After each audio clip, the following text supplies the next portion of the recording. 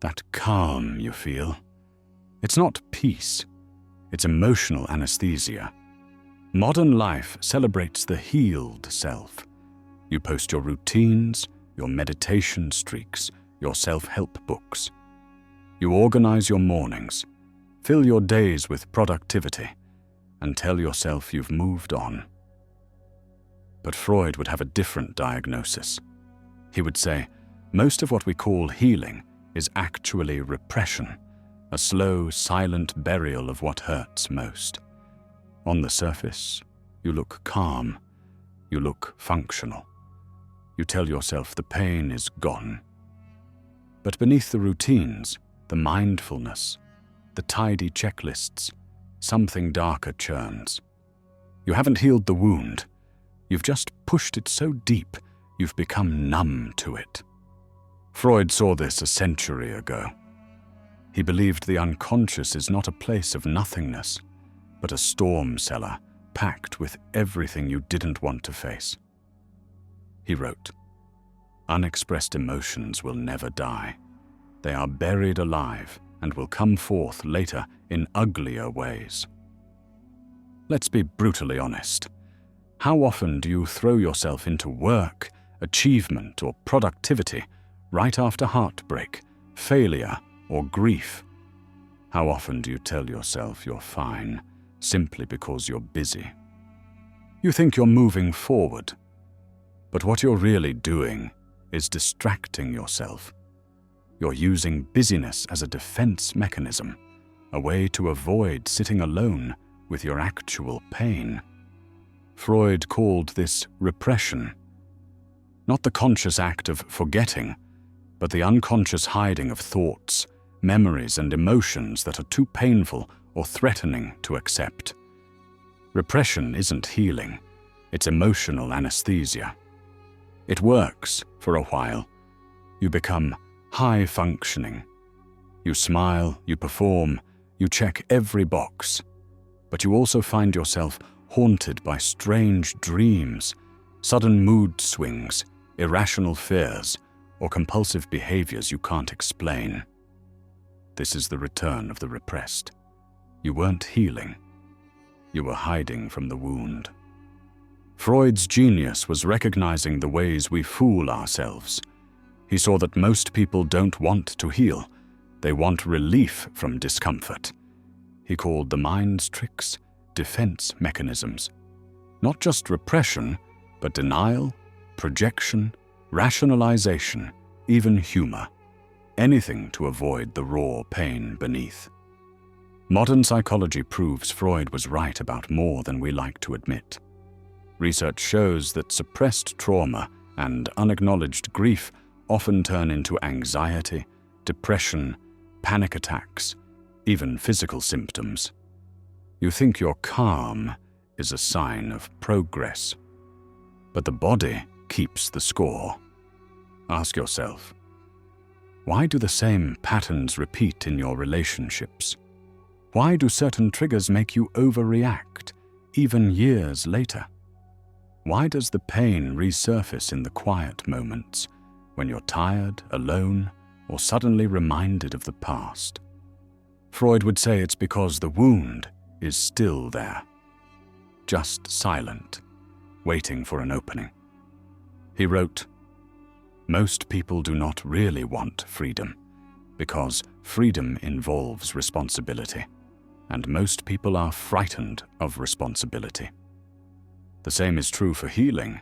Real healing means facing the pain, not running from it. It means accepting responsibility for the parts of you that still ache. Productivity is seductive. It gives you a sense of control, of order. But you can't outrun your shadow with a to-do list. You can only distract yourself for so long before the wound returns, sometimes in a new disguise. Maybe it's a sudden anxiety you can't explain.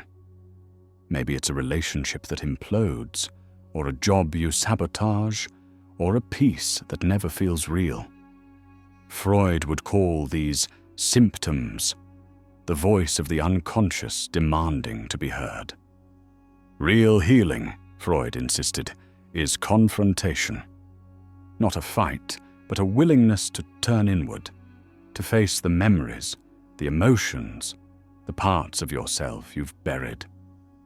He wrote, "Being entirely honest with oneself is a good exercise. This is the dark psychology most self-help culture avoids. You cannot meditate, journal, or manifest your way out of pain if you never face its source. Suppression isn't healing, it's deferral. And deferred pain always returns, usually sharper and in ways you can't predict." So what does real healing look like? It's ugly, slow, and deeply uncomfortable. It's sitting with your sadness, your rage, your disappointment, without numbing, without explaining it away, without making yourself a project to be fixed. It's letting yourself grieve, letting the wound bleed, trusting that you can survive the discomfort. Healing is not a destination. It's a process of integration, of bringing what's been in shadow into light, of feeling what you're afraid to feel. Freud believed that the unconscious doesn't forget. If you don't listen to your pain, it will speak in symptoms. If you don't honor your grief, it will haunt you in every new relationship. Many people will avoid this work forever. They will keep themselves busy. They will seek new distractions, work, relationships, addictions, anything to avoid silence. But healing can only happen when you stop running and turn to face what's been buried. Freud said, "We are never so defenseless against suffering as when we love." Healing means letting yourself be defenseless, just for a moment. It means feeling the loss, the heartbreak, the anger, instead of burying it alive. If your calm is real, you can sit with your wounds without flinching. If your peace is real, it includes your pain. It doesn't require its erasure. And if you are truly healing, you do not fear your feelings. You welcome them, even when they hurt. So next time you congratulate yourself for moving on, ask, is this calm or just numbness? Is this peace or just avoidance? You can fool your conscious mind, but your unconscious never forgets. You're not healing if you never face the wound. You're not free if your past still drives you from the shadows. And you're not at peace if you have to keep running from the pain. Remember Freud's warning. Unexpressed emotions will never die. They are buried alive and will come forth later in uglier ways. If you're ready to stop pretending and start healing for real, subscribe for more dark psychology, Freud, and the courage to face what hurts. Share your story in the comments. What did you bury? How did it return? True healing begins where repression ends.